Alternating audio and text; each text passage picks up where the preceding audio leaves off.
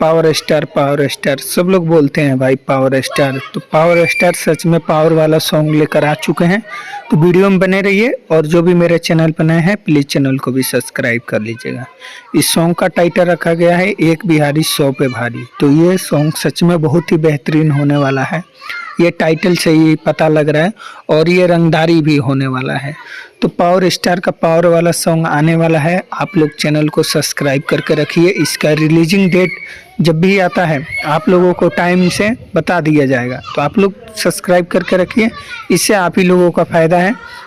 और आप लोगों को बता देना चाहता हूँ कि ये पवन भैया बीजेपी ज्वाइन कर चुके हैं। तो अब इनका अगला सॉन्ग ये चुनावी ख़त्म होने के बाद ही सॉन्ग आने वाला है। ये चुनाव से पहले ये सॉन्ग आ जाएगा, जो कि कल या परसों इसका टीजर आने वाला है। तो आप लोग ज़रूर सब्सक्राइब करके रखिएगा। और ये पावर स्टार का बहुत ही खूबसूरत सॉन्ग है, और हम लोगों को तो ये